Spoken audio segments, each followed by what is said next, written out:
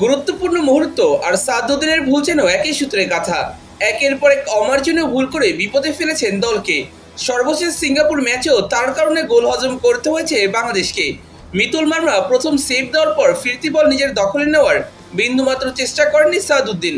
প্রতিপক্ষ ফরওয়ার্ড বল দখল নেওয়ার পর জায়গা থেকে নড়াচড়া করেননি সাদ।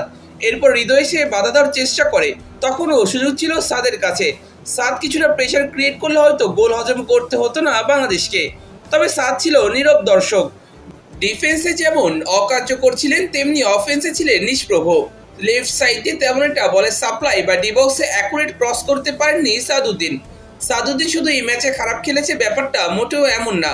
জাতীয় দলের হয়ে একাধিক ম্যাচে মিয়ানমারকে ভুল করার পাশাপাশি বেশ কয়েকবার পেনাল্টি উপহার দিয়েছেন প্রতিপক্ষ দলকে। সেই ঘটনাগুলো নিয়ে আলোচনা করব আজকের ভিডিওতে। 2021 সালের সাউথ চ্যাম্পিয়নশিপের অঘোষিত সেমিফাইনালে নেপালের বিরুদ্ধে ম্যাচের 85 মিনিট পর্যন্ত এগিয়েছিল বাংলাদেশ দল। এমন সময় ডিবক্সে নেপালি ফরওয়ার্ডকে অযথা ফাউল করে প্রতিপক্ষকে পেনাল্টি উপহার দেন সাদউদ্দিন। সেখান থেকে গোল হজম করে বাংলাদেশ দল। এরপর সেই ম্যাচ ড্র করে এবং সেই আসর থেকে বিদায় নিতে হয় বাংলাদেশকে। সেই বছর শ্রীলঙ্কায় অনুষ্ঠিত 4 জাতি ফুটবল টুর্নামেন্টে স্বাগতিকদের সঙ্গে ড্র করলেই ফাইনালে উঠতে পারত বাংলাদেশ দল। এবারও সাদউদ্দিন ম্যাচের 90 মিনিটের দিকে পেনাল্টি উপহার দেন প্রতিপক্ষ দলকে। সেখান থেকে গোল হজম করে বিদায় নেয় বাংলাদেশ। এর পরের বছর ঘরের মাঠে সেশলসের বিরুদ্ধে ম্যাচের 60 মিনিটে ডিবক্সের মধ্যে অদ্ভুত কাণ্ড ঘটিয়ে বসেন সাদ। নিজের পা দিয়ে প্রতিপক্ষ দলের ফুটবলারের মাথায় আঘাত করেন তিনি। সরাসরি পেনাল্টির সিদ্ধান্ত দেন রেফারি। সে ম্যাচ 1-0 গোলে হেরে যায় বাংলাদেশ দল। এছাড়া ঘরের মাঠে আফগানিস্তানের বিরুদ্ধে ড্র করা ম্যাচের 52 মিনিটে কর্নার কিকের সময় ডিবক্সে আফগান নাম্বার 9কে মার্ক করছিলেন সাদউদ্দিন। তবে তাকে শিশু বাচ্চার মতো ছিটকে গোল করেন আফগান ফরওয়ার্ড। এই জায়গায়ও ম্যান মার্কিংয়ের কাজটা ঠিকভাবে করতে পারেননি সাদ। প্রতিপক্ষকে পেনাল্টি দেওয়ার পর এবার আর পেনাল্টি নয়, এফসি চ্যালেঞ্জ কাপে নেজমে এফসির বিরুদ্ধে নিজ দলের বিরুদ্ধেই গোল করে বসলেন সাদউদ্দিন। সেই ম্যাচটা বসুন্ধরা হারে 1-0 গোলে।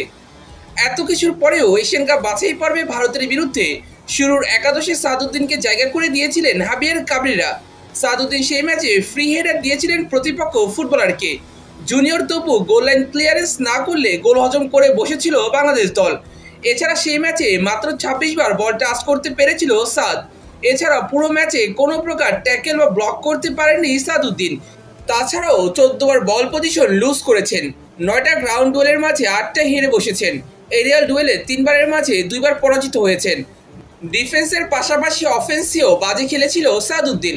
একটাও অ্যাকুরেট ক্রস করতে পারেনি ডিবক্সে। এমন পারফরমেন্সের পর জাতীয় দল থেকে বাদ পড়া উচিত ছিল তার। তবে কাবরেরা সর্বশেষ ভুটান ও সিঙ্গাপুর ম্যাচে তাকে দলে রাখলেন। শুধু দলেই রাখেননি, সাদউদ্দিনকে স্টার্ট করিয়েছেন 2 ম্যাচে এবং পূর্ণ 90 মিনিট গেম টাইম দিয়েছেন। সিঙ্গাপুর ম্যাচে 2টা গোলেই সাদের ভুল ছিল। এছাড়া এই ম্যাচে 14 বার বল পজিশন লুজ করেছেন। পাশাপাশি কোনো রকম অ্যাকুরেট ক্রস বা লং বলের যোগান দিতে পারেননি সাদউদ্দিন। এরপরেও কেন জানি সাদ কি পছন্দ কাবরেরার।